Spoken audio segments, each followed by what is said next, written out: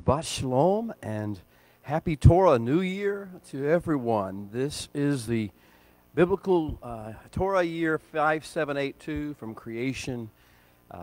We are starting fresh, starting all over again. This is an amazing opportunity. We have come back from the brink. That's one reason I believe the Holy One set the schedule up the way He did. The calendar and the overlapping of the holy days, the festivals, the Moedim as we may call them, and the Torah cycle, because we have just come back from the brink of death.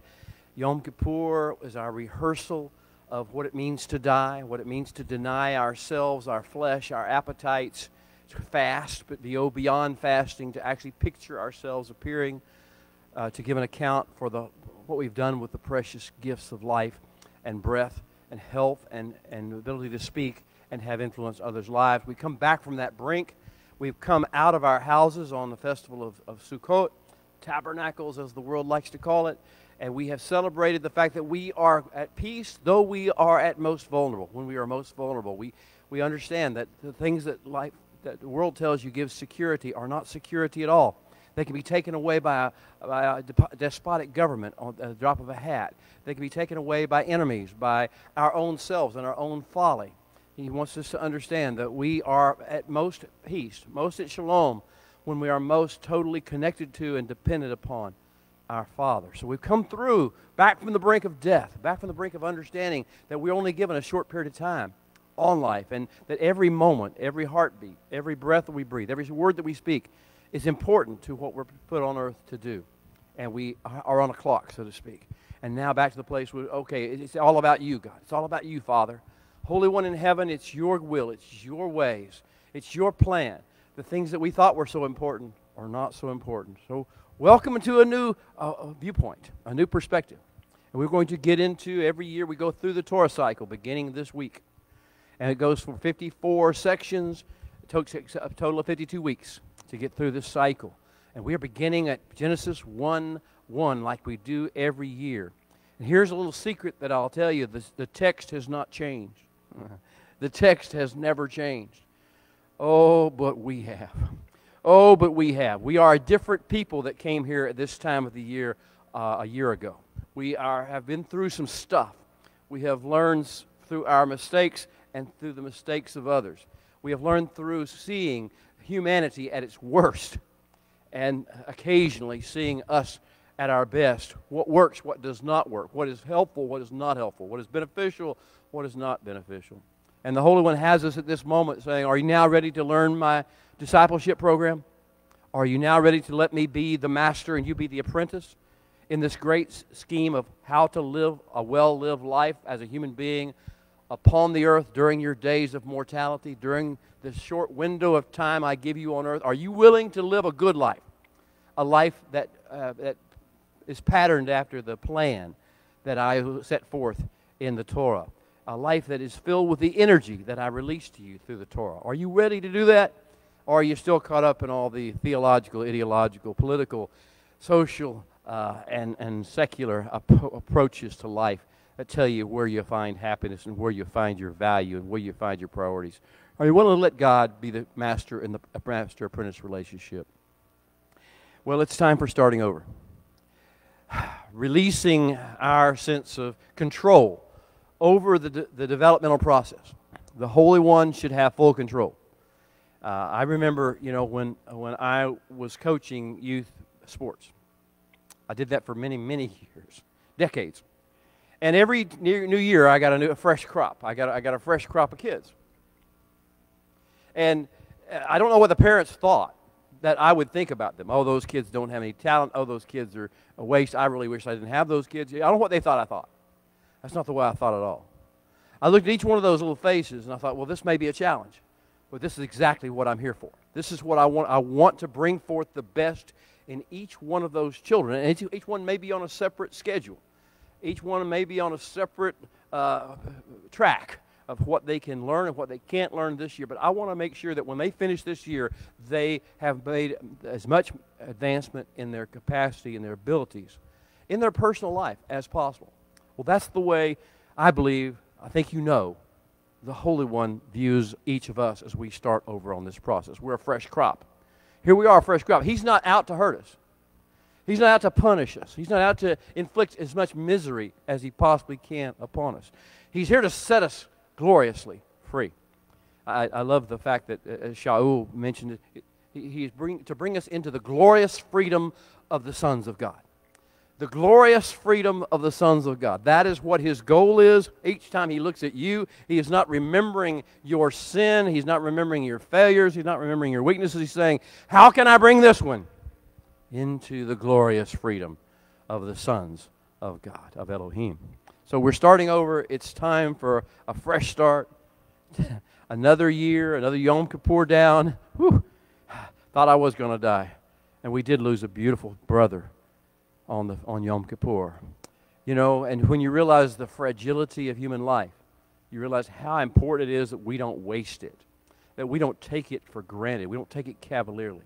So we start with a fresh awareness of how fragile our life is as we go forward. Another Sukkot, and we should have a new and improved focus, a new and improved understanding and level of wisdom that this world is not going to give us anything. It doesn't owe us anything. And it, in its physical manifestations, in its pleasures, in its bodily pleasures and desires and appetites, is never going to bring us any satisfaction whatsoever. It will always disappoint us. That's why it's not our focus. Our focus is not upon the things of the body or the things of the human mind and its limitations of reason and logic or our abstract concept or belief. Our focus is upon the will of the Father. As Yeshua says so beautifully, quoting a scripture, he said, I have come in the volume of the book to do your will. Oh, Father, I delight to do your will. There is no delight found anywhere else, not lasting delight. So we should have a new wisdom, a new grittier determination this year as we start this cycle of master-apprentice program, this level of higher level of growth. We should know what the gravity of what we're called to do. We should understand the fragility that we're not guaranteed a single day. But we have come full circle, and we have completed another lap on this great journey of life. And we're prepared to start this cycle all over again. May each of us be wiser this time around than we were last time. May each of us also be more joyful in the things that really bring joy this year as opposed to any previous year. And may we walk in much more shalom and calm and peace and goodwill toward man and creation than we ever have in our lives. May it start this year. To do that, I'm going to take you, as I said last year, I think I probably sent some people into cardiac arrest. But I said I want to take you to the edge of a great abyss, the edge of a great cliff, a scary, frightful thing. But I'm going to bring you back.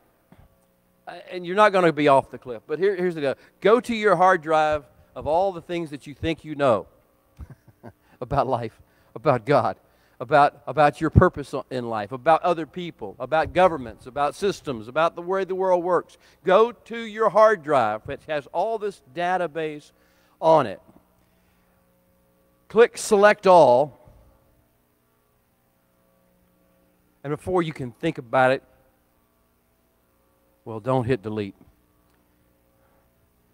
But seriously consider hitting delete. And starting fresh with a blank slate. Now, I told you I'd talk you to the edge of that cliff, but I would walk you back. I don't really expect you, nor do I even want you to completely erase that database. But what I do want you to do, what I know that the Holy One wants us all to do, what the call from heaven is for this hour, is that we enable editing. That we could push the button, hit the key that says, okay, this is not a read-only file.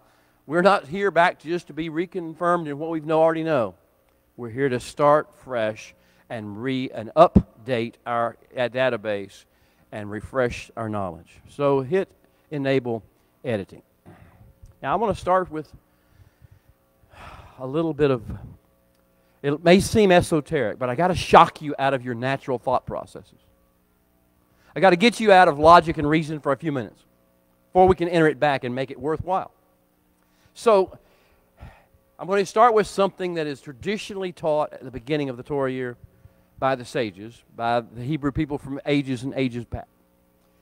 Each consonant, each letter of the Hebrew alphabet, Aleph, Bet, Gimel, Dalet, Hey, Vav, Zayin, Het, Tet, Yai, Yod, all the letters of the Hebrew alphabet.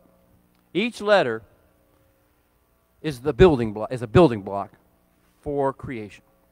The Holy One chose Hebrew language, not English, not Spanish, not Russian, not German, not Arabic. He chose the Hebrew tongue and the Hebrew language and the letters of that language to build a foundation upon which mankind could live, exist, and interact with the world. And so each letter is a unique aspect of energy. You know, the spectrum of light. If you understand the spectrum of light, light comes to us, we see it as light, but actually it's a series of frequencies that combine together to form this brightness or this whiteness or this light. But if you could separate out the frequencies, each one would have its own separate subset. And that's the way it is with the Hebrew letters. Altogether, they are light. Individually, they have components and frequencies that bring forth and synergize and energize life and make up its fullness and bring it to fullness. So I want to tell you that each of the 22 Hebrew consonants contains a different measure of divine energy. We are not talking about information here. We're not talking about religion. We're talking about the creator of the universe who wants the best for his new crop of students. He wants to open up a portal of divine energy into your life. Something that will help you transcend your thought processes, your emotions, your flesh, your appetites, your urges, your sense of what's important in life, your priority system. He wants to open up a portal of divine energy, and thus he's going to throw out these Hebrew letters in combinations that will be like chords played in music, that will resonate in beautiful harmonic ways, that when they put them together, they form this beautiful song of creation. So each of the 22 Hebrew consonants contains a different measure of divine energy. This year I want to try to help you not just blow off Hebrew. You don't have to learn it word for word. You don't have to speak it like a Hebrew in Jerusalem. I would love that to happen, but that's probably not a realistic goal. What I do want you to do is perk up your ears when you hear the Hebrew. Perk up your natural ears and your spiritual ears when you hear the Hebrew, even if you don't understand it. This is not about your understanding. This is about you getting the divine energy, receiving the measures of divine energy that he wants to give to you at the right time so he can awaken in you what's necessary. So, each letter contains a different measure of divine energy. It comes in the form of divine light and divine sound and divine creativity. This energy is released in three ways: light, sound, the sound of his voice, and divine creativity and direction for life. How to build something beautiful in life. How to be an artist, an artisan, building something glorious, building the city of Jerusalem, building the ways of the Messiah, building the kingdom of the Messiah here upon the earth. This is what he's designing us to do. And if we only look at words, if we only look at stories, if we only look at Bible studies, if that's what we think this is, then we can enjoy this and we can have a good time studying the Bible together. Oh, but if we're ready to go the other length, if we're ready to go the next step, if we're to start absorbing the divine energy, the divine light, and the divine words of the Holy One, and bring forth that divine creativity the way he's designed it to be, to act and engage with our world, wow, we are ready to move on to the next stage, the next phase. When I talk to you about divine light and divine sound and divine energy and creativity, I want to just take your picture. Now I want to give it a concrete picture. Mount Sinai, at the giving of the Torah. What happened to the giving of the Torah? What did the flashes of what? They saw flashes of light, divine light. And it's as if, as it happened with Moshe, it was as if the light was like lasers, and it hit the stones, the two tablets, and it began to impact itself in natural earth in natural substance and natural. Now you're the tablets, and it's in doing it to you. Divine light, divine energy. But it wasn't just divine light. We didn't just see flashes of light. We heard. And the book of Revelation has the same thing. We see these great flashes of light, and then we hear this rumbling and this sound of many waters. On the Mount Sinai, what did we hear? We hear this shofar sounding, this sound as if it was talking to our spirit, not to our ears, not to our flesh, talking deep into who we are. And then we heard the actual words spoken about Ani Elohim, Ani Yodevave, I am your God. And then all the different things. We heard 10 different pronouncements that were designed to build this energy in us. So I hope I've given you the picture of what Torah is all about. Torah is designed to awaken divine creativity in you, to fill you with divine light, to flood you with divine light, and to flood you with divine sound. Sound so powerful that you will turn loose of the other voices and the other noises. Light so bright that you will not look at the artificial light that humanity and that ideology and that political movements and that religious movements and organizations and institutions and educational systems and science systems and medicine systems of humanity can throw at you, that you will say, no, I will be satisfied only with divine light. I will be satisfied only with the divine voice, not with the voice of a bunch of men, no matter how intelligent or wise I think they are. I will be satisfied only with the creative energy that directs me in the full building of the kingdom, not in building my own kingdom or my own sense of well-being or my own fortress or my own refuge or my own prison, as the case may be, which they all wind up being in the end. So if we have this idea that the whole Torah is that we're going to read as we go through each week, these 52 weeks, the 54 sessions, He's going to be releasing energy each week. He's going to be releasing light into each week. He's going to be releasing His voice into us each week, and a certain level of creative energy and direction each week. These are the building blocks of creation, and these are the portals of divine and human connectivity and collaboration. We are not just to believe in Him. We're not just to have a relationship with Him. We are here to collaborate with Him in the greatest project ever in the universe, to build the kingdom of heaven upon the earth in natural substance as well as spiritual. Torah is the ultimate interconnection of Hebrew letters and Hebrew words. If you ever played, when you were in the 70s, was it? Remember the Rubik's Cube? You're presented with a Rubik's Cube, and here's this cube, and it's got colors and little bitty squares. And it's all disorganized, and it doesn't make any sense whatsoever. And so now your job is to take this Rubik's Cube and begin to make twists and turns and adjust as you go and have a vision for what you want to see. And as you end it, all the Rubik's Cube is solved because you see all colors on their individual sides and no interruption with those colors. This is what Torah's designed. Torah is our Rubik's Cube. We're supposed to be playing and working the Rubik's Cube of God's wisdom to make it come to pass in real ways that comes in beautiful ways. Torah is the fully solved Rubik's Cube of the Creator of the universe. It is how He brings the light, the divine light of creation, into laser focus to make it operative, to make it useful, to make it beneficial, to make it impact the world. I wouldn't want a dull laser to do my cataract surgery. I want a very sharp, perfectly tuned, perfectly calibrated laser to be able to gently take off that excess tissue that covers and blocks my vision. Well, so it is with the Torah. The Torah is designed to take away the cataracts from your vision, to take away your distractions. It is to the human spirit, Torah is to the human spirit what sunlight is to plants. I'm going to repeat that for you because Torah is to the human spirit what sunlight is to plants.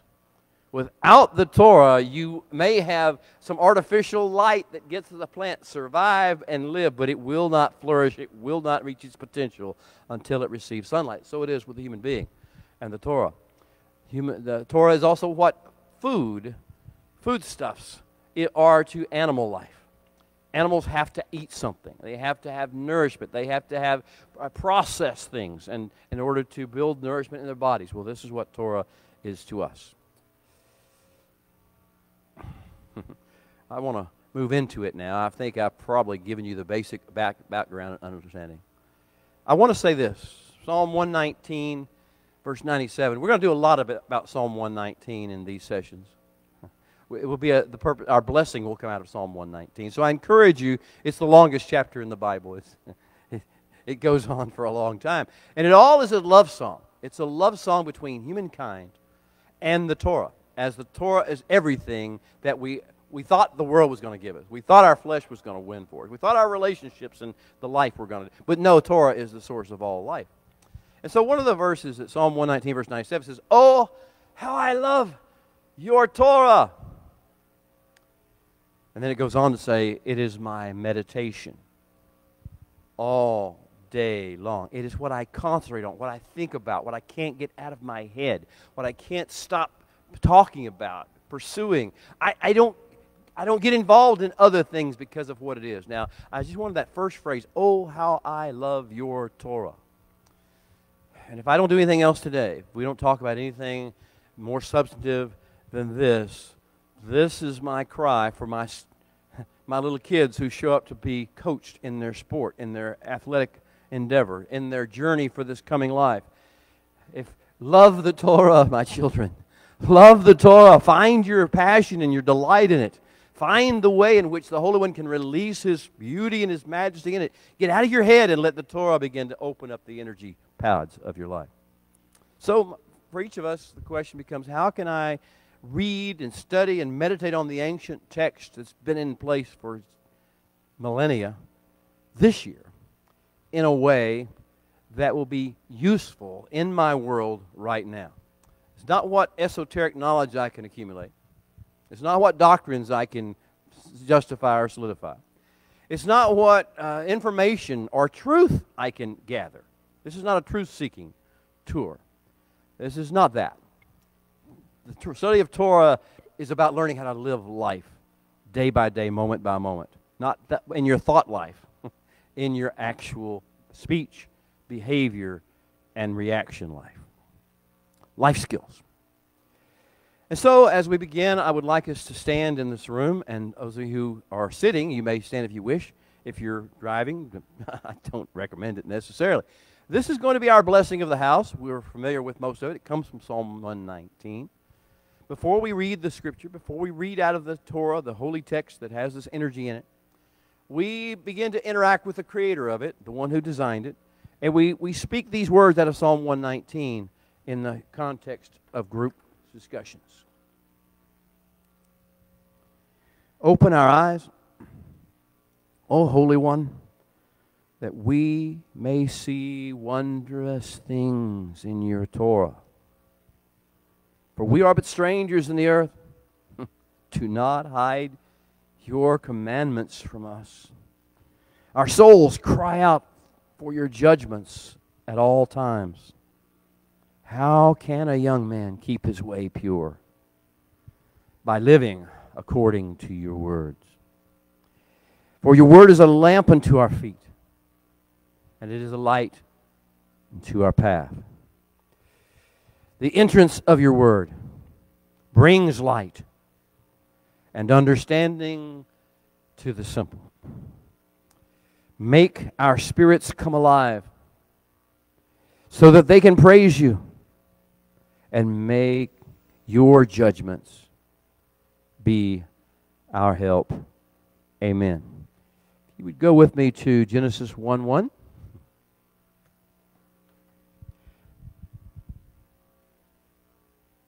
Bereshit bara Elohim et hashamayim ve'et haaretz, and the Holy One, in the beginning, as it's written in English, in the beginning, the Holy One created the heavens and the earth.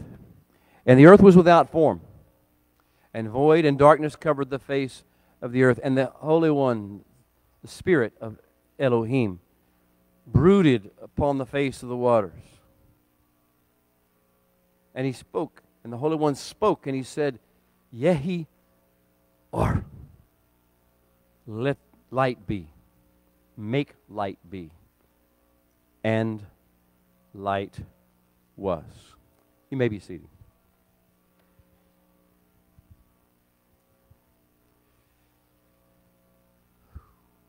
Oh, the words, the Hebrew words. First word in the text, Bereshit. We read it as in the beginning. Oh, but it's so much deeper than that. It really doesn't have anything to do with the beginning at all. We just don't know how to say it in English. We don't know how to say it in foreign languages. In Hebrew, we understand there's this energy in it. There's this movement in it. There's this stirring passion and fire and directive energy in it, this creativity in it. And if you wanted to translate it directly from Rashat, the verb, the ancient Hebrew verb, you would get shaking, in the shaking, in a shaking actually, in the movement of the Holy One, in His energy release. Then what happened is an Elohim barad, He created the heavens there. So Bereshit, can you feel the shaking going on in your spirit? Can you feel the shaking going on in the world? Can you feel the shaking going on that's changing, shaking everything, bringing energy of divinity, hopefully, into this world?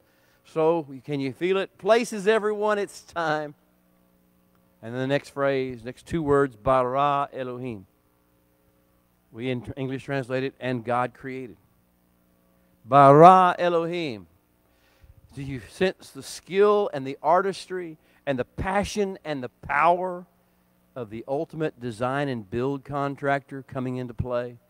Bara Elohim. He's got a plan. He's got a design. He's got a sequencing schedule. He's got a dream and a vision. He's got us as His raw material and the world and the earth and that we know as His raw material. Can you sense the divine skill as He sets about His work? Et hashamayim ve'et haaretz, and we translate that. He created the heavens and the earth. Oh, but what the Hebrew is telling you, as he's aligning these Hebrew letters and bringing this divine light and energy, it's much more than just, it's just a time of beginnings. This is the time when he's infusing energy and separation and purpose into all facets of humanity. All of us come from either the heavens or the earth. Hopefully we come from both, and we'll talk about that later. Hopefully we have our roots in both the Et HaShamayim and the Et HaAretz. And therefore, whatever happens to the Et HaShamayim in the primeval entrance point will affect us. And whatever happens to the Et HaAretz, the land, the earth, the dirt, the planet, whenever it happens to us as well. It releases things over our lives. So the scene is set. The actors are in place. The story, the ultimate greatest story of life, is about to unfold. And the Master is about to make everything beautiful in its time. So, as we begin to focus upon the Torah this year, I was hoping that we could kind of understand we might not know the writer of the story near as well as we think we do. We might need to learn a few more things about who he is, not intellectually or empirically, but experientially as to who this is. What is his uniqueness? Who is Elohim? I know people have their pet names for the Creator, and they go through all sorts of theological gymnastics to be able to come up with one name they want to call him. And he says, I'm going to confound that because I'm not going to use any name that you might choose. I'm going to use Elohim, which is a generic term, to introduce myself. And you can get over yourself. It's about all this name stuff. One of these days, you'll get over yourselves when you get out of your pseudo-intellect and your thought processes. Here's the deal. I want you to understand Elohim is a generic process of saying, do you even know who I am? Do you even have a clue beyond your mental capacities as to what you're dealing with here?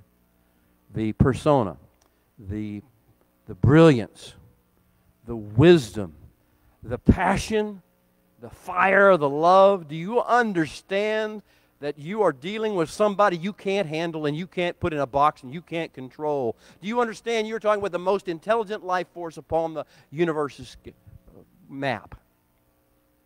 And the most kind and loving, but also the most dedicated to a plan.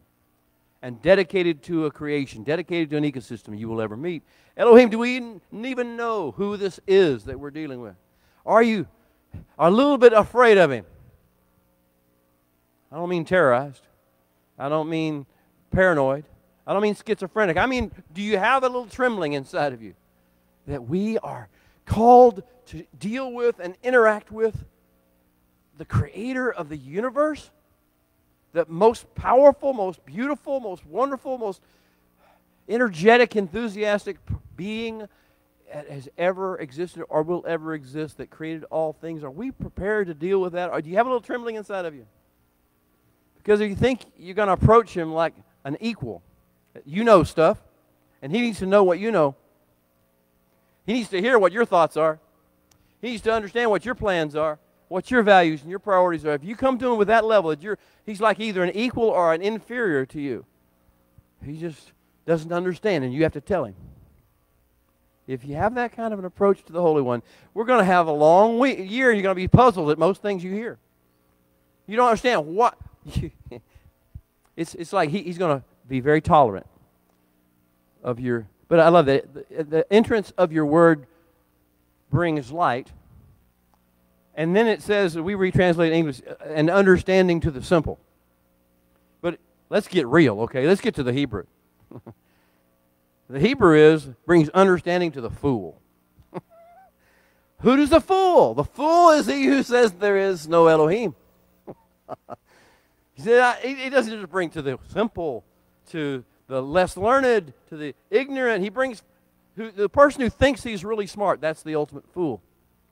The person who thinks he knows stuff, who thinks he understands things, that's the ultimate fool. It says, the entrance of your word, O Holy One, brings light and understanding to the fool. To him who is immersed in his own folly and just doesn't even want out of it. He likes his folly. The fool loves his folly. He loves his misunderstandings. He loves his false narratives. He loves his false ideas. He loves that because it gives him a sense of superiority that he can make up in his own mind. So he says, I want you to understand before we get started, if you aren't trembling a little bit, then it's not going to be nearly as productive as it should be. But you don't need to just fear me like I'm some ogre. You need to tremble at me the way an awestruck lover trembles at the one they are adoring. That the one they understand is the ultimate goal of what life is all about and why we're here in the first place. And that you hunger to know me. That's why the next thing after fear of the Lord is going to be love the Lord your God. Love passionately pursued. Be driven by this hunger and this appetite, this thirst to be with Him, to know Him as on a personal, intimate level, to be able to walk with Him, to talk with Him, to work for Him, to co-labor with Him, to be engaged in this grand scheme of wisdom and brilliance and beauty that He has ordained for His creation, to be part of it as a big plan. Well, that's where we're hoping to go. And I hope you realize if you at least caught the glimpse of what I'm trying to tell you in these past few minutes, then you realize perhaps we have never gleaned the fullness of what this text is trying to tell us and why it is put together the way it is, why it contains the stories it contains and doesn't contain a bunch of other stuff we would have loved to know. Why it doesn't appeal to our brains and our intellects. It appeals to some inspired part of our spirit inside of us that wants to transcend this world. That's what will happen. And what if the Holy One has more up His sleeve than we have ever dreamed? And what if this is our appointed year to awaken and to embrace that treasure trove of more? Do we know Elohim? Elohim. I want to talk to you about the words. Elohim is fascinating. This is the main actor. He's the guy. He's the one we're dealing with here. He's the one who's going to say, yeah, he or. He's the one who's going to create the heavens and the earth. But let's talk about Elohim. Now, what does Elohim even mean? It's not a proper name. It's not like Bill or, Michael or Stephen. It's not a proper name. It's not that. it is a description of this undescribable being. The first way he wants us to understand him is as I am an undescribable being. But you will know me by my brushstrokes. How do you know, how does an art critic know a masterpiece? Recognizes the brushstrokes of the master. Do we recognize the brushstroke? There are certain telltale signs that this great Elohim, this great unknowable, undescribable, and unimaginably, wonderfully being is at work and doing something. He says, I want to show you the Elohim brushstrokes, the Elohim signature. So he's going to do us that. In English, we don't get that. In English, and if you look through the traditional ways of religion, of looking at life, you go through Strong's or you go through some of the other ways that people do things, they'll say things like this. Elohim is from a noun. It's derived from a noun El, the singular noun El. And those of you who have been immersing yourselves in Hebrew over the past 6 months, much less 20, 30, 40, 50 years, will smile and say, that's not the way this works. That's not the way any of this works. You don't take a noun and derive it from a noun. You don't. That's not the way the kingdom of heaven works. Not the way the Hebrew language works. You have to derive it from a verb. There has to be a verb at the essence of everything because it's not about thought and concept. It's about action. It's about movement. It's about direction. It's about engagement in this grand scheme and plan. And so you have to go back to the verb root. So you immediately toss out a lot of scholarship that is all trying to get you back to this idea because they want to get to the idea of his power and his greatness. He says, I want to take you somewhere else than that. I want to take you to what I do, not who I am. I want to show you what I do, and so you'll know that when I engage with you, I'm going to do this with you as well. So where would we go back? If we don't go back to the noun El to find the root of Elohim, where do we go? We go to the verb root. And what is the verb root of Elohim? Allah. Now, this is written in Hebrew, not Arabic. I got some comments last year. When I referenced this fact, this is not Islam, and this is not Allah in the way the Arabs would view that word. This is Hebrew. And in Hebrew, the verb Allah is Aleph, Lamed, and Hey. Aleph, Lamed, and Hey, this combination of Hebrew letters to tell you. And what does Allah mean? It means you make full.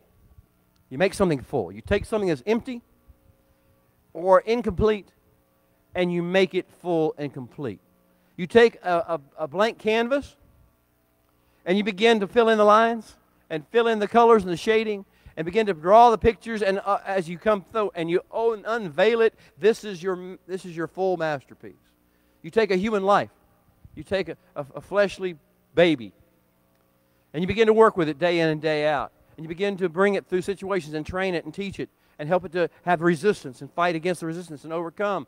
And as you come to the conclusion of that, as you come to the fullness of who that is, that's what he does. He makes things full.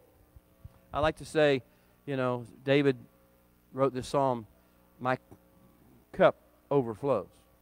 My cup runneth over in the King James Version. He's the runner over. He's the one who makes it run over. You're the cup. He makes you run over. If you don't understand this about the Elohim signature, then you will think somehow he's mad at you, he's angry with you, he's offended at you, he hates you. What he's trying to do is make you full, and he knows that does not come easy. It does not come cheap.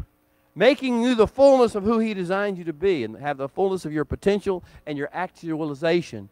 Making that take place is going to require you to go through some crucibles and some trials and some challenges. And you're going to have to come through it, and you're going to feel like you're going to die once a year at least on Yom Kippur, but you're going to feel like you're dying a lot.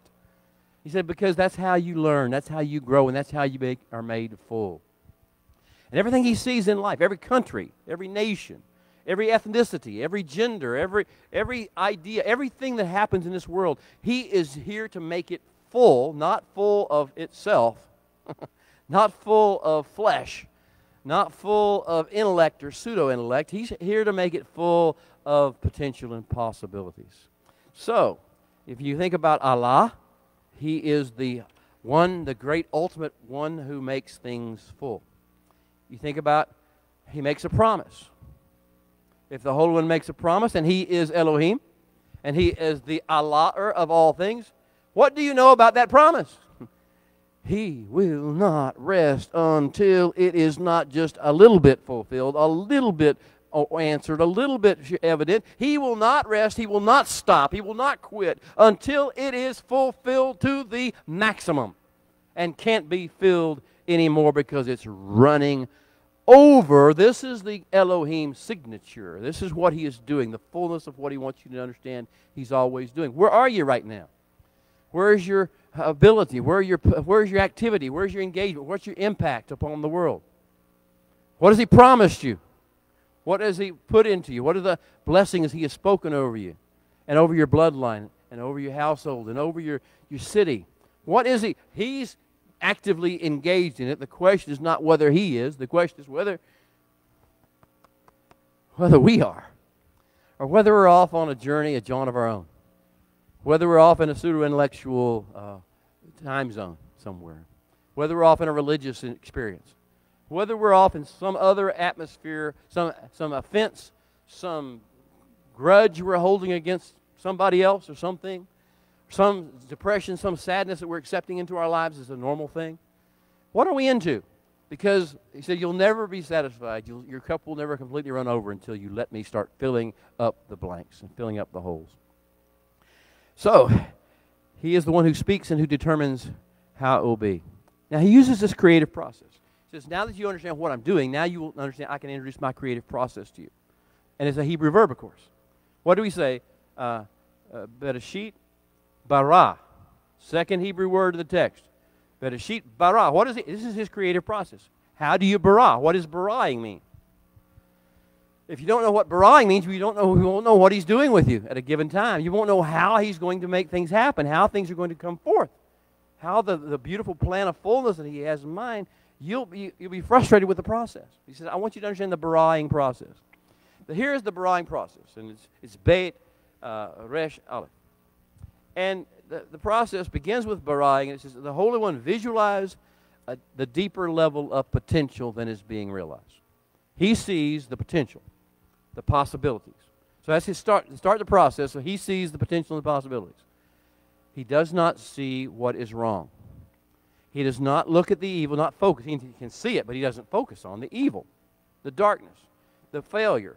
He doesn't focus on that. He intentionally chooses to focus on the potential and the possibility, because otherwise He'll stop the process of what He wants to do, is bring the fullness. So He focuses on the. That's why in the creative process, how does He work? At the end of every first season of 7 intervals, He says, Ki tov, it is good. Well, there was stuff in there that it doesn't turn out good. There's stuff in there that doesn't turn out good. There's day 6 when all the living creatures, all the creatures that crawl upon the earth, the serpent and all that kind of, He's a serpent in there with it's not going to always turn out good, but the Holy One says, Ki tov. It's going to be good. He looks at the winged creatures. The creatures in the 5th day. The creatures of the 5th day include the creatures who fly, the winged creatures,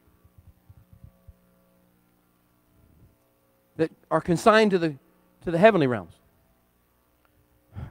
Now, I don't know whether you call them demons or whether you call them unclean spirits or whatever you call them, but included with all the beautiful things that fly, He said, some of it you're not going to think's good. Some of it will not feel good. Some of it will do things that are not good, but all of it put together in its scheme are good. Can you get used to this fact that it's all good? Ki tov. This is the way He looks at things. He could have said a lot of other things, but he wants you to focus on the good. And so He first sees a deeper level of potential than is being manifest.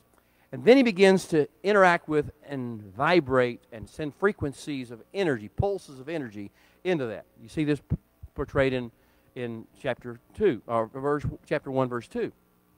And the Holy One, the earth was filled He made the earth, and the heavens and the earth was without form and void, and darkness covered the face of the earth. You say, that's not good. He said, I'm not through. I'm not through. You're looking at it as it is right now. I'm telling you, look beyond where it is right now with my eyes of filling potential. And what am I going to do next? I'm going to move with great emotion. I'm going to brood. I'm going to send, my movement will do what? It'll be a shaking.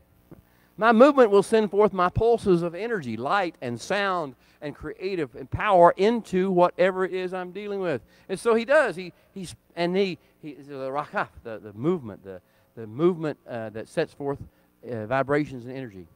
He does so in such a way to cause it to become responsive to his presence and his voice.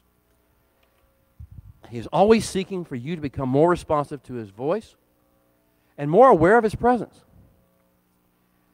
So whatever situation you're going to face, whatever challenge or difficulty you deal with, the issue is not how bad it is. The issue is, am I in his presence? Is my awareness of his presence growing? And is my responsiveness to his voice increasing? Those are the critical factors. Third thing he does, after visualizing the deeper potential, then sending the vibrations and energy into it, he speaks forth a calling out. He declares and decrees. It's like, the master sergeant cries, "Attention!" And everything lines up. Everybody has to come to attention. They form.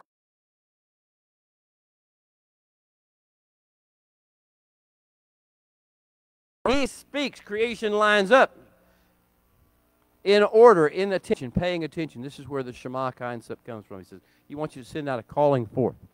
He will send forth his words, amaring. And then the next thing he does is he begins to divide out. This is darkness, but this is light. This is dry and barren, but this is fruitful. This will kill you. This will bring you life. And he begins to divide those things out for you as he speaks into the situation. This is what he does in Genesis 1. And then the fourth thing, he applies his energy of divine will to form a barrier between the two realms he just spoke into existence. I told you, he said, this is darkness, but this is light. Now I'm going to put a barrier between the darkness and the light. I'm going to put a gap in there, like a demilitarized zone, so you can recognize the approach of the darkness when you're in the light. And you can recognize the approach of the light when you're in the darkness. Example, it's all through the process. When you get to the dryness, it doesn't just immediately turn into fruitfulness. You have to go through a barrier, a demilitarized zone, changing the focus. So he divides these barriers. So now we've just learned the creative process. What is he always trying to do with us? What will he be trying to do with us this year? Well, the first thing he's going to do is make us full. Fill us up the way he designed us to be. Quit letting us accept compromise, accept a lesser level, buy into the lies of the adversary, buy into the lies of the world, buy into the lies of our flesh and our sensuality and our sexuality and our sentimentality and our cynicism and our pseudo-intellectualism. Buy out of those things into the realm of his beauty. The second thing he's going to do is he's going to begin to visualize and focus upon what we have in way of creativity and potential that's not yet been involved. That's where he's going to work. People always say, yeah, he's working on my weakness. No, he's not. He's working on your strength. He's working on my failure. No, he's not. He's working on your success that you haven't had yet. This is what he's going to do. This is the way he's going to do these things. And then he's going to begin to send forth his energy into it. He will not leave you alone and say, you got to work this out for yourself. He's going to release over you energy. Now, he's got certain sources of energy, and we call it holiness, or kedusha in Hebrew. It's holiness in English. And these things that are called holy are sources of this energy. We always can go to them. It's like you can go and plug yourself in, your phone into the charger at the end of the night. Well, we always have these things, the things that are kedusha. We can plug ourselves into those things, and the energy will begin to flow. What are some of the things that are holy? The Holy Sabbath was the first thing that's mentioned.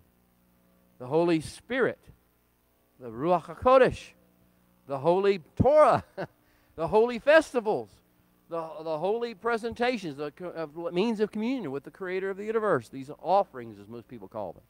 The things that are designed to take the humanity, shed the humanity, and release it into the heavenlies.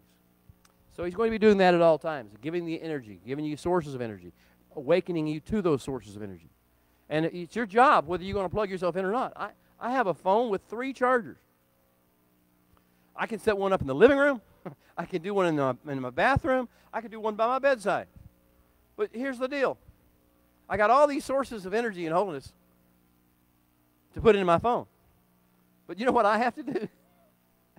I kind of have to plug the thing in. I have to actually decide I'm going to access those things, and I'm going to plug the phone in so that it will begin to recharge with electron energy. And that's the way it is with the things of God. You can know there's a Sabbath out there. You can know there's a Ruach HaKodesh, a Holy Spirit out there. You can know there's a Holy Torah out there. You can have it by your bedside or in your bathroom or in your living room. You can have one on your coffee table. You can have the Holy Spirit theoretically all around you in the room. You can talk to Him all the time. Now the issue is, are you drawing the energy from Him? Are you surrendering to His flow of energy? Are you plugging in to all those holy things? Well, I'm gonna move on. I want to talk about so much today, but I won't have time. So let's go to the garden. Well, before we go to the garden, does anyone know there are two Adams? There are two Adams. Paul talks about it in 1 Corinthians 15. The first Adam, as he calls it, Adam Rishon. And the second Adam. And the first Adam is what is reflected in Genesis chapter 1, toward the end of chapter 1, when God created man. This is the first Adam. But there's a picture in chapter 2 of the second Adam. There's a difference between the first Adam and the second Adam. You remember what the difference in the first Adam and the second Adam is? Now, I know we theologically connect with this all with Messiah. Messiah is the second Adam. Adam is the first Adam, so and so and so. And that's true, but not for the reason you think. Not for a theological reason. For a very practical reason. For a very divine energy reason. The difference between Adam 1, the first Adam, and Adam 2, the second Adam, lies in what is inhabiting Adam. In Adam number 1, in Genesis 1, as he was creating other animals, other physical, fleshly beings, mortal beings, he awakened in this first Adam the breath of life, the nephesh, the will, the mind, and the emotions. Every animal's got it. A pig's got will, mind, and emotions, and a donkey's got one, and every critter's got a will, a mind, and emotions. What nephesh? That's the living breath. It's focused upon what? What is the nephesh focused upon? What's right in front of your eyes, or what your stomach is telling you want? That's the flesh, the pseudo-intellect, the appetite, the urges, what you can think of in your limited mind. This is the nephesh. That's the first Adam is focused upon that. But something happens to the first Adam. After chapter 1 is over, the first Adam can be very blessed. He is blessed. And he's given a mission. But he can't fulfill the mission. Because to fulfill the mission, to make it full, it has to be Adam 2. He has to have Adam 2 operative. And Adam 2 operative is Genesis chapter 2, verse 7. In Genesis chapter 2, verse 7, we see the entrance of the second Adam into the narrative. And what happens is he takes the man that he's created. He takes the man that he's created, and however you wish to see it, it's spoken anthropomorphic human corporal language. He breathes into his nostrils the breath of, something else. Something he didn't have back in Genesis 1. He had a nephesh like all other animals did. He could breathe and think and desire and have appetites and urges and whatever. But now in Genesis 2:7, the Holy One's he's taking his own face, his own essence of who he is, his own Elohim signature and character and abilities and power, and he is taking that human being and he is breathing that force into Adam. Woo!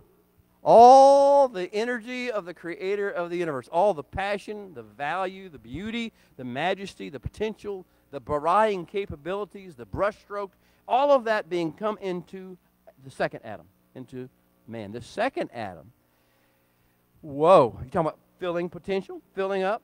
He's the filler of your cup. He makes your cup overflow. Well, that's what happened with Adam. And so the second Adam, which is why Messiah is the picture of that, he is the one who never lost it once he got it. He never lost that empowering unity with the Spirit of the living God, with the breath and the creative power of God. So he is that, but it's not a theological issue.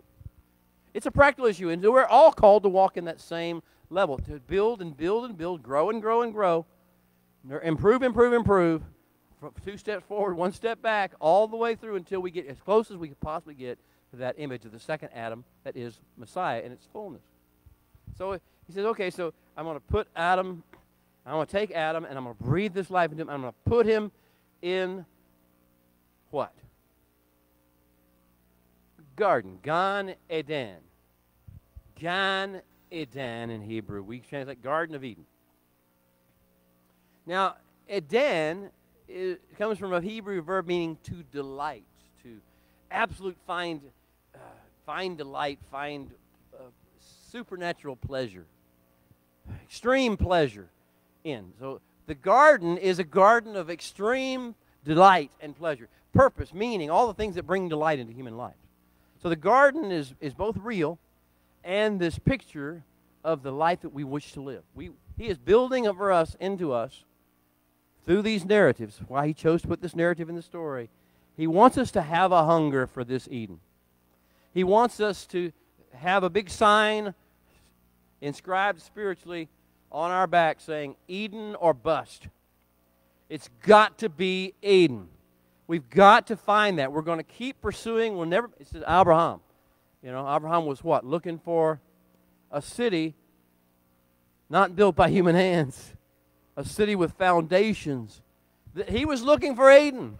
He was looking for this process. And this is what he was never satisfied. And that call is to make sure we are never satisfied. Are you okay with living where you are? Are you okay with life as it is? Are you okay with the things in the world going the way they are in the political realm, in the illogical realm, the religious realm? Are you okay with that? If you are, then wake up because you're asleep. You were made for better than this. You were created to hunger and long for Eden. And so he puts man in this garden. And what's in the garden? Every tree that produces fruit. Now, one thing about fruit trees, I love fruit trees. I don't know if anybody else loves fruit trees. I love everything about them, except for the bugs.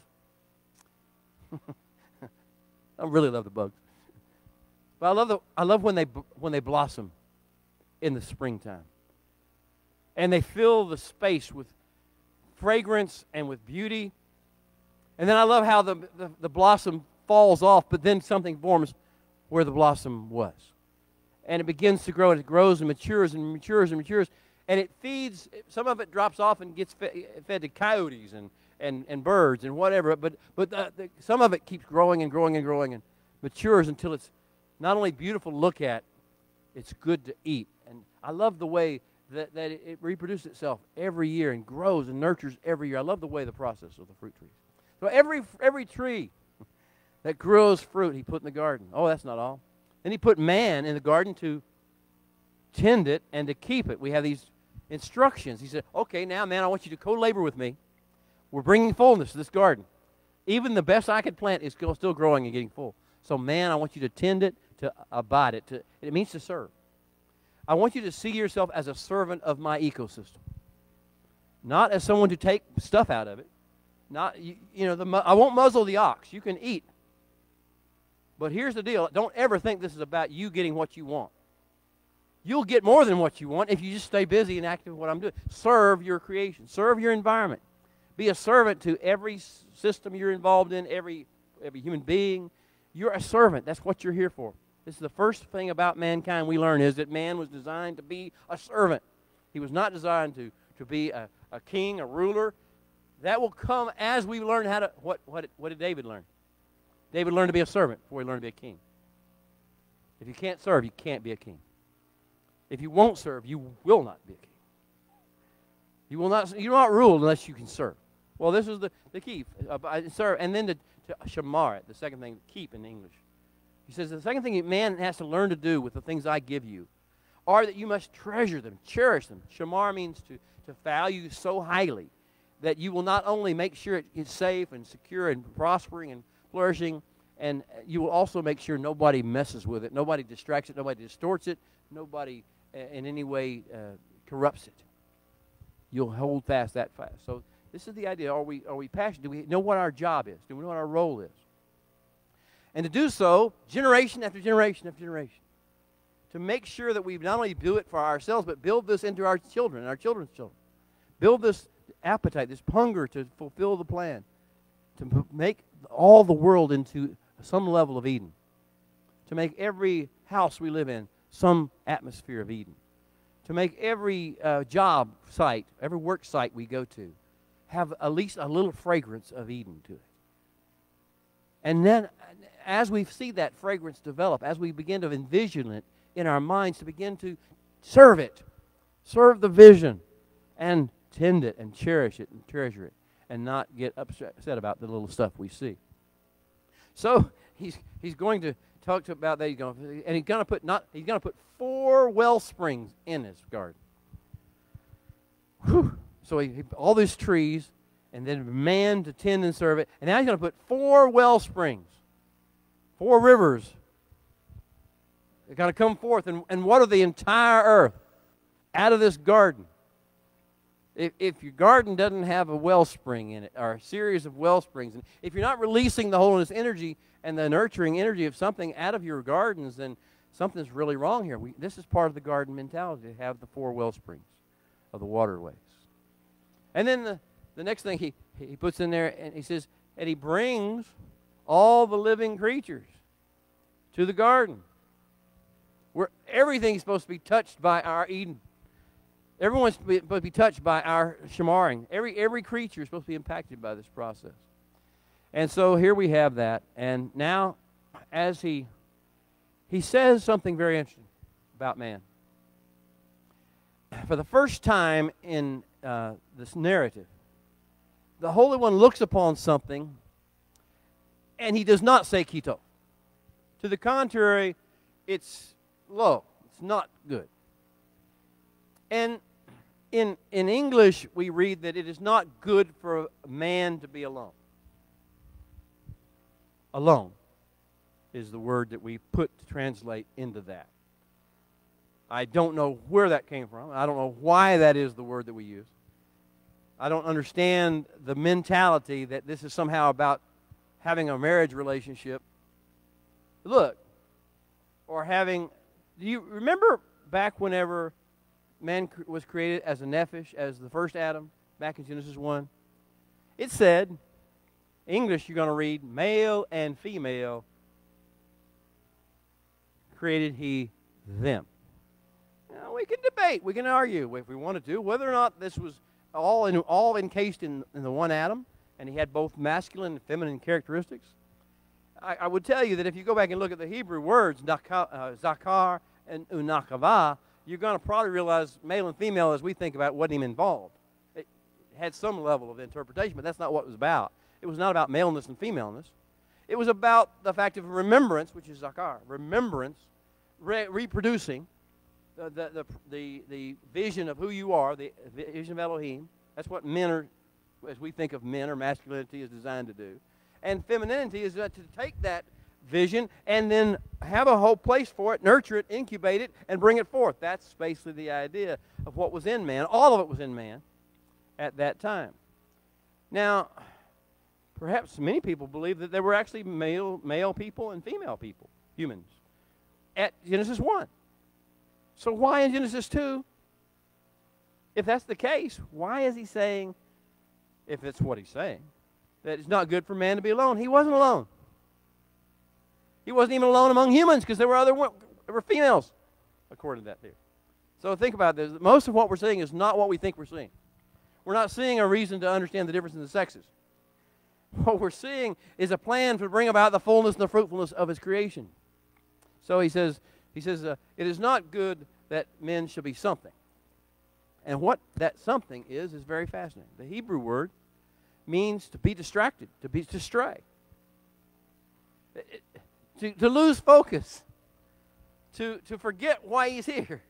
It is not good for man to be distracted, easily moved, stray away, get off on rabbit trails and bunny trails. It is not good for that. And so the next thing he does is not make Hava. What is the next thing he does? If you read your book, the next thing he does is bring to Adam every living creature on the face of the earth. So that he can, in English we say name them, Shem, to release the energy of setting in place and assigning roles and purposes to each. He's going to get Adam so busy doing creator stuff, baraing stuff, Elohim signature stuff, that Adam will not lose focus and not stray. So it's not good that man should stray. It's not good that man should be distracted. It's good that he should be active and engaged and fully participating. So he brings all the creatures to Adam, and Adam gives a purpose and a directive and a name and a clarification. It's not entitling things. Hebrew does not think in terms of it, putting titles on people or putting titles on animals. That's a very pseudo-intellectual approach to life. The idea is function, not title. And so he gives them, he assigns to the giraffe what giraffes do, giraffing. And he assigns to elephants what elephanting. And he designs whatever, rabbits to rabbiting and squirrels to squirreling and whatever else there may be out there. Ladybugs to ladybugging. That's what he assigns. He sets the world in order to co-labor with the creator of the universe to make it full. And then it says at the very end of that next verse, it says that, no, it doesn't say but, it says, no ezer kenegdo was found for Adam, was matzed for Adam. And the next thing he does is put Adam to sleep, knock him out, and in this process, and then he does surgery without a consent form, I guess.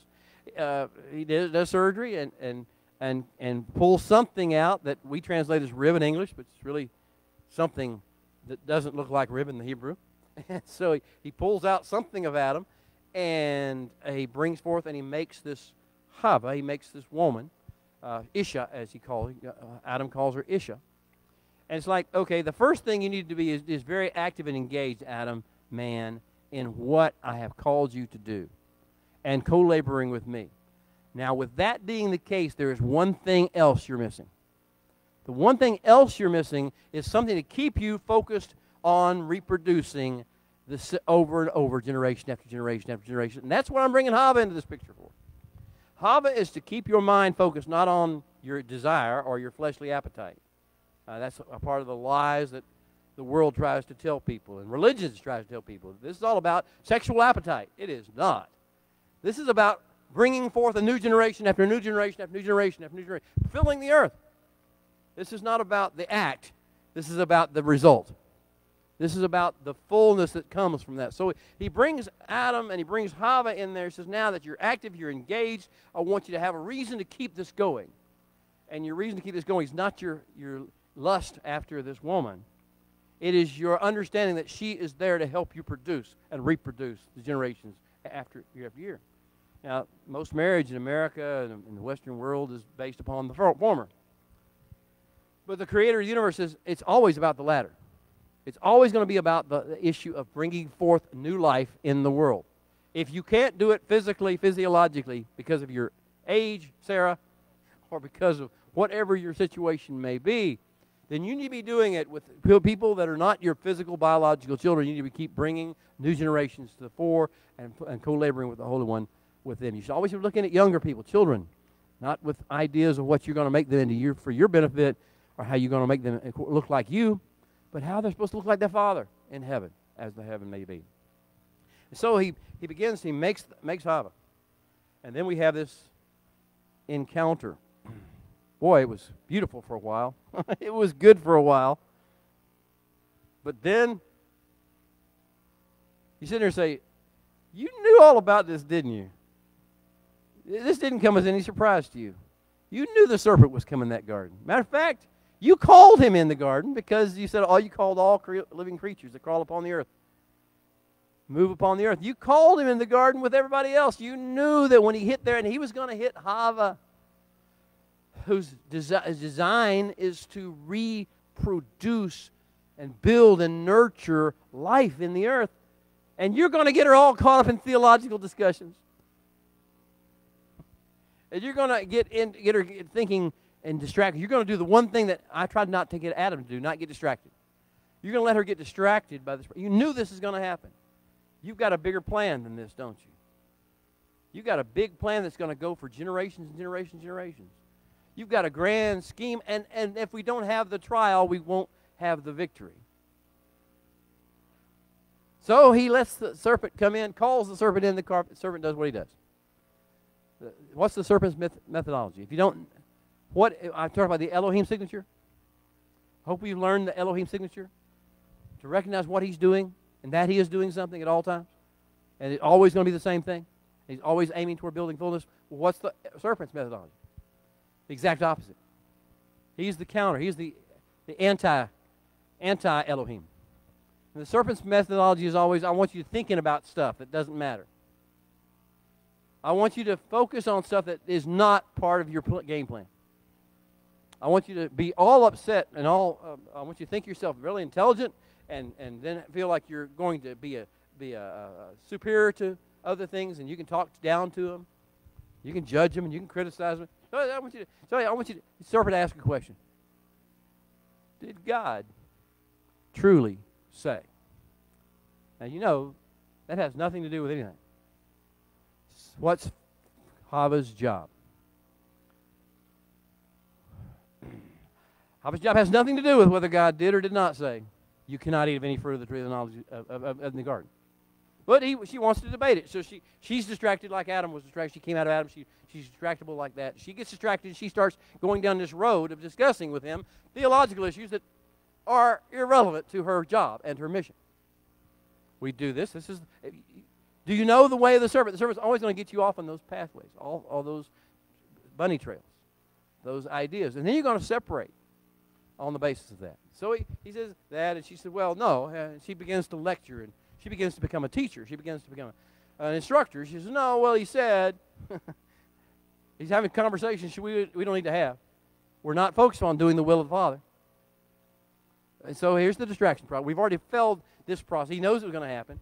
So here it is. She's falling down, and she's saying, well, he said we can eat of any tree of the fruit of any tree, except for that one tree out there, and we're not supposed to eat it. We're not supposed to touch it. So she begins to add on and make stuff up in her head, and the touching process is, where's that come from? And we see that we once we go down this road of esoteric argument and abstract concept, we'll always mess it up. We're always going to add things or subtract things as opposed to just doing what he tells us to do and stay focused on function. And so he said, if we eat that, if we eat it or we touch it, we'll surely die. Where did this? And so the serpent says, no, yeah, you won't surely die. I'm the other voice. I'm another voice here. The grass is always greener. The land is always more fertile on the other side. Come over to my side and see things my way, and I'm going to tell you, you're not going to surely die. You're just going to be filled. You're going to know the good and evil. All you know right now is good. You know good really well, but you don't know any evil. I need to teach you. I'm going to show you that you can learn to know evil too. This is why people think it's a good idea to know good and evil. No, you already know good. You're born knowing good. Adam, the first Adam, knew good.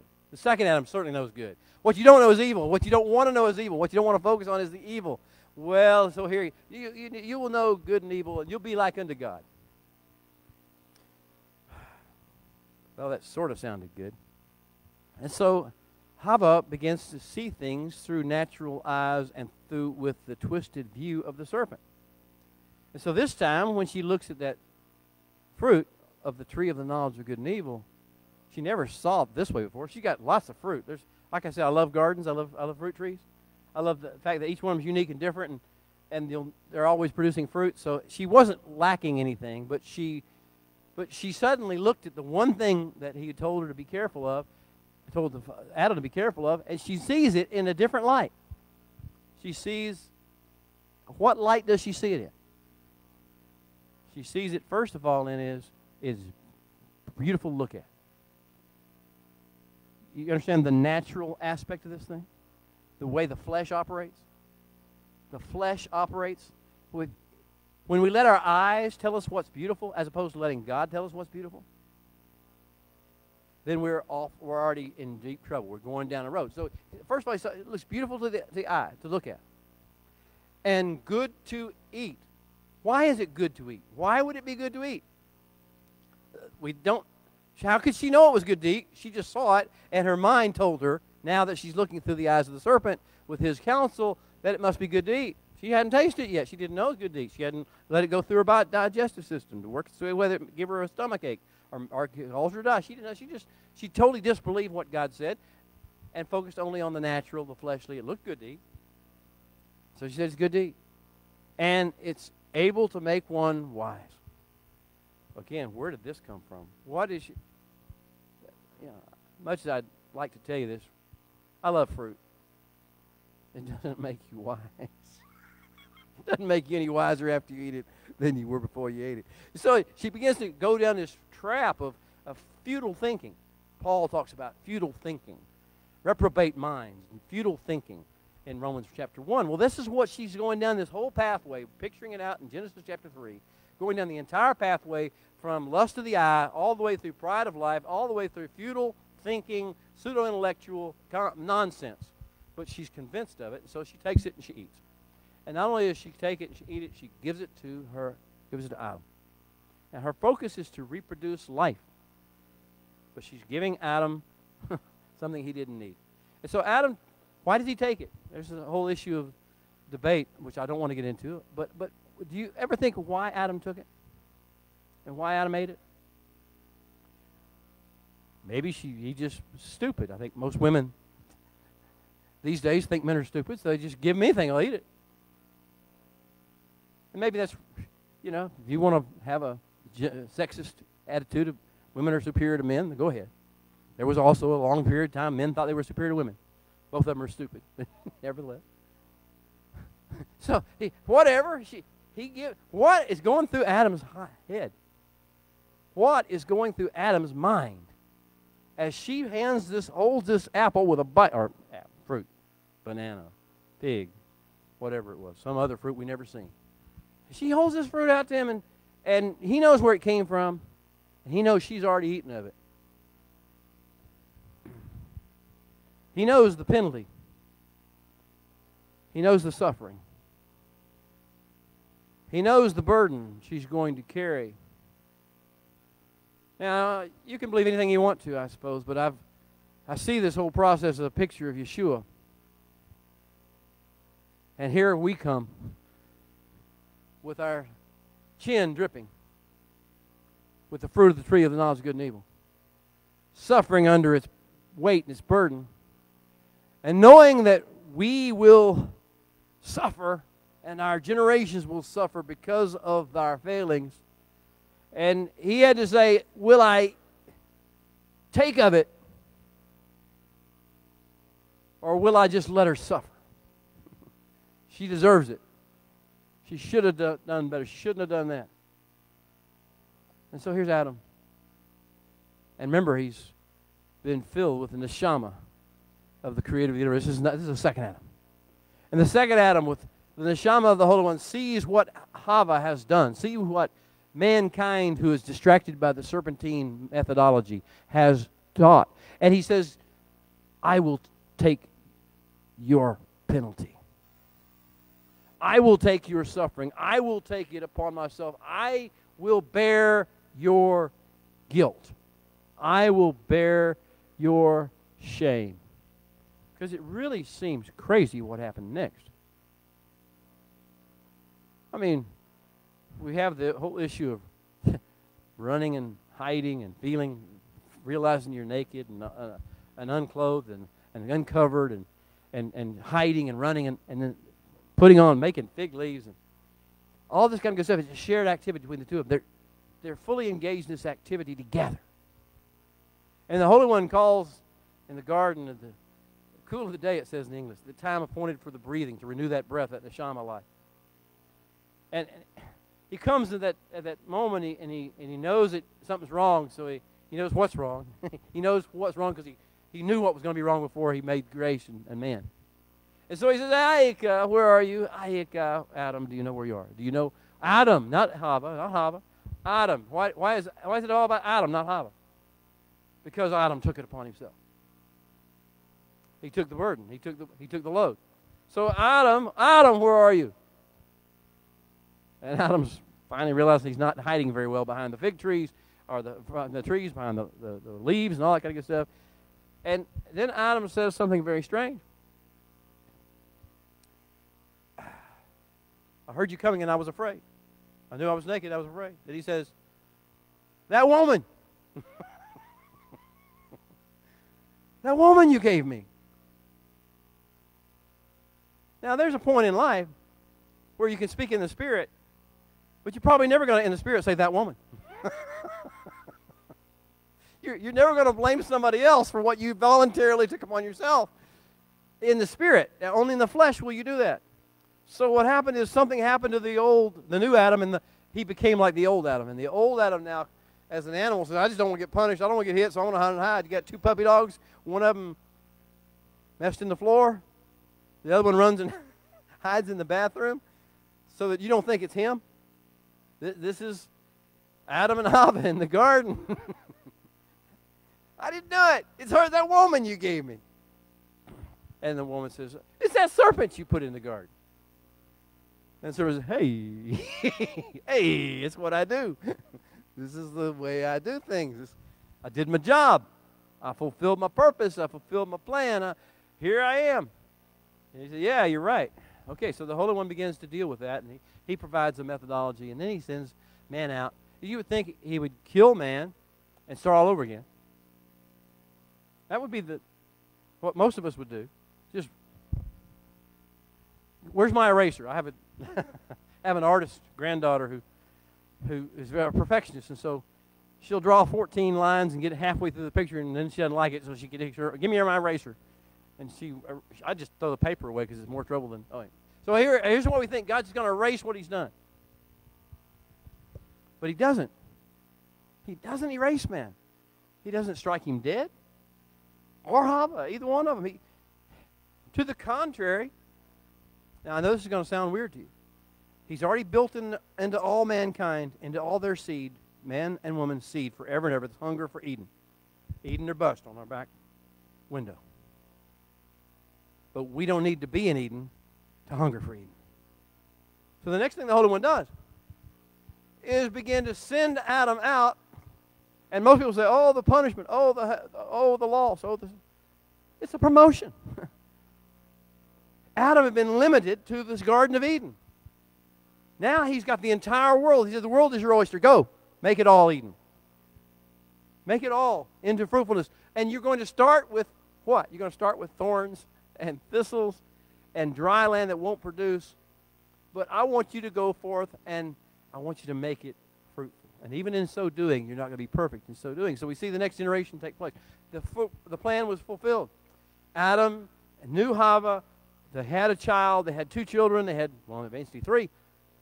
Maybe more, but we know about these. So we have Cain and Hevel, the next generation. What happens? What's the first thing we hear about Cain and Hevel? They're making that thorn and thistle, unproductive land into the Garden of Eden. They're making it fruitful. They're making harvest come forth out of that horrible land. It's working. The plan's working beautifully. One little by tract, land by land, square inch by square inch, mountaintop by mountaintop. We're converting this earth into this barren earth, into the Garden of Eden. We're making it full, right? This is what we do. We make it full. This is what the Elohim signature is.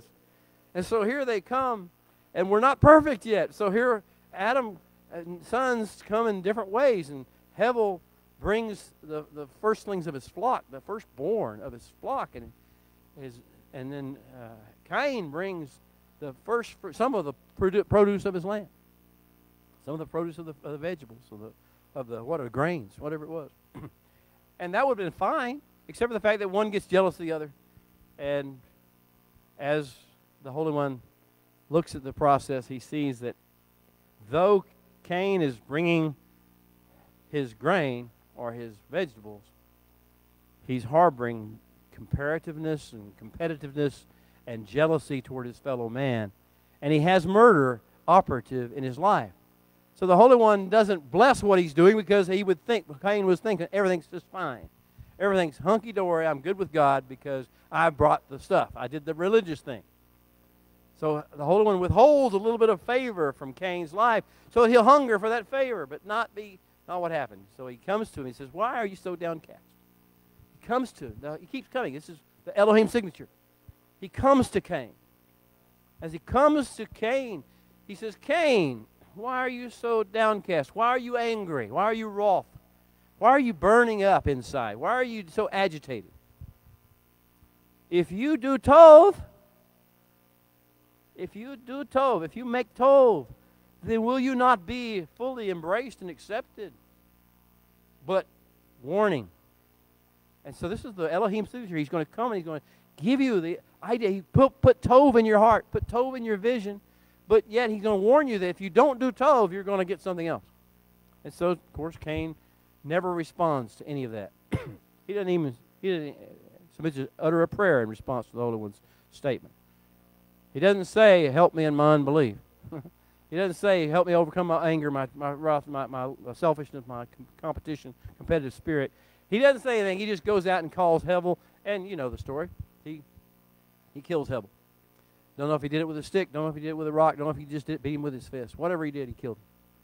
And then the Holy One comes back in a different fashion at that process. And even yet, we would have condemned Cain. We would have killed him. We would have made sure everybody would hate him the rest of the world. He says, "No, I'm going to make sure that nobody touches you ever. You're going to live your full life, Cain. Your life has not been compromised. Your life has been brought to a lower level of productivity, but I want you to live a full life." And we let that happen. Now, this is kind of where we are with regard to the Holy One in this new year. We're all kind of like Hava.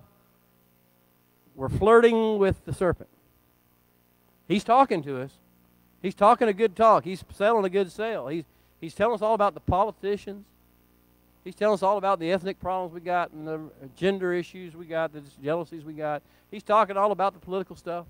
He's talking all about all that stuff, the ideologies and the religions and how they're all messed up. He's talking to us all the stuff we don't need to talk about. He's trying to distract us. That's what he gets the big bucks for. So he's out there doing this, and we're listening. Or are we? Have we learned the lesson of Hava? Our job. What's our job? To labor with the Holy One to bring forth fullness and fruit, as opposed to argue abstract ideas, concepts, principles, and develop creeds. And what are we supposed to be doing? Actively engaging the creation, doing what we're called to do. Well, have we learned that? Second of all, we're kind of here like Cain. This one bothers me because I look in the mirror from time to time. And I look in the mirror and I'm not smiling. I'm not happy. I can tell there's something wrong with the face in the mirror. So those words that the Holy One spoke to Cain, why is your face dragging? Why are you seemingly depressed or upset? Or why are you angry? Or why are you frustrated, worried, or anxious? Why are you that, Cain? What has got you in that mode? What have you forgotten? So I feel this issue of we're like Cain in some regard. What is our emotional state? If your emotional state as we start this year is you're angry, you're victimized, you feel victimized, you feel oppressed, you feel depressed, you feel frustrated and stressed, you feel a grudge, a woundedness, you feel a sense of disaster, impending disaster coming upon you, the Holy One would say, what has caused you to be so downcast that you have forgotten why you're here? Are you ready to be awakened? Are you ready for my energy to pour into you? Are you ready for the holiness to plug into you? Are you ready for you to overcome and transcend these things and fulfill the purpose in yourself and in the generations to come? Or are you going to fall into the Havian and the Cainian process of life of getting distracted by the events and the circumstances of it and so upset and offended that you can't even think your way through it anymore?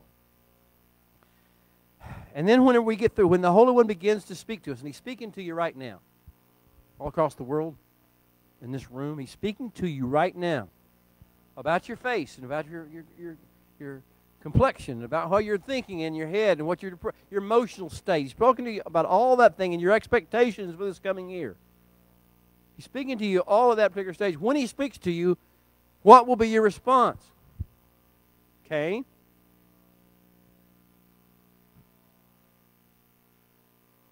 Could you have a conversation? Cain didn't. Cain just got up and went out and slew Hevel. Just figured out his problem was not himself. His problem was not his attitude. His problem was not his approach to life. His problem was Hevel.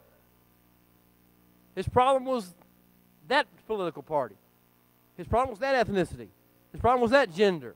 His problem was that religious system, or that economic system, or that movement. His problem was here. His problem was there. Go out and fight and attack. And he says, wait, come back and talk to me. Come back and have a conversation with me. Institute your prayer life. Institute an idea of actually hearing and talking to me before you go out and engage the world and the people you think are your actual enemies, when they're really just distractions designed to teach you and train you how to focus on what's really important in life. So here's the Holy One speaking to us. What will we do? Cain ended that story with, what? Am I supposed to be shamaring my brother? English, am I my brother's keeper? Much more than a keeper. Am I supposed to value his life?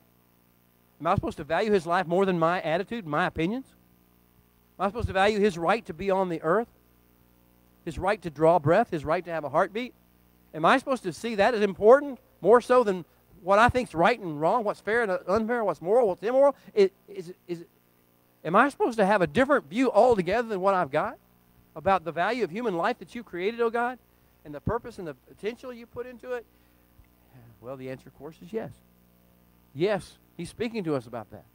He said, look, I know people are doing bad stuff. I know people do stuff you don't like, stuff that threatens you, stuff that bothers you. Now, you can sit there and be depressed about it, angry about it, and go out and fight about it.